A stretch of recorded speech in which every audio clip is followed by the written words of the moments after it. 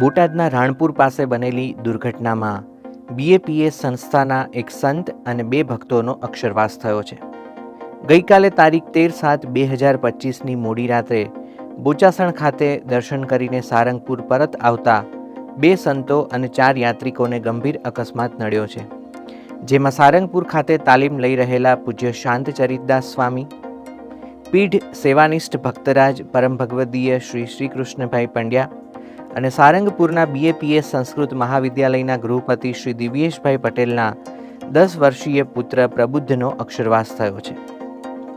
વર્ષો સુધી તીર્થધામ ગોંડલ ખાતે બીએપીએસ ગુરુકુળમાં ગૃહપતિ તરીકે, શાળામાં આચાર્ય તરીકે અને એક અદના સત્સંગ પ્રવૃત્તિ કાર્યકર તરીકે સેવાઓ આપી ચૂકેલા લગભગ 80 વર્ષીય શ્રી શ્રીકૃષ્ણભાઈ પંડ્યાને તેમની સેવાઓ બદલ ગુજરાત સરકારશ્રી દ્વારા આદર્શ શિક્ષકનું સન્માન પણ આપવામાં આવ્યું છે.